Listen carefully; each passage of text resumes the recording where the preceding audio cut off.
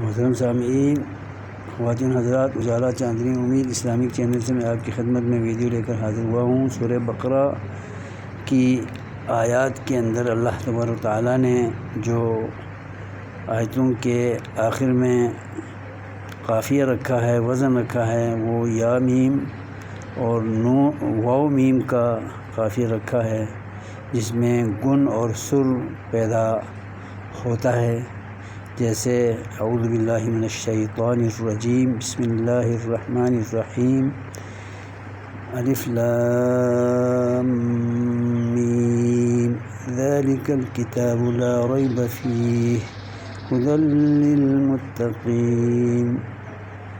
یہاں تک اللہ تبارک و تعالیٰ نے اسی قافیہ بندی کے تحت یا نون کے قافیے سے آیات کے آخر میں الفاظ لا کر سر اور گن پیدا کی ہے، جس کے تناظر میں آیات کو پڑھنا اور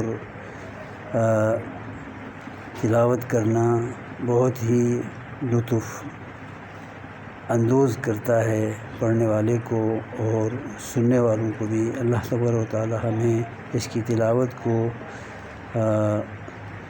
زیادہ سے زیادہ اور ہمیشہ کرنے کی توفیق عطا فرمائے، آمین۔ السلام علیکم و رحمۃ اللہ وبرکاتہ۔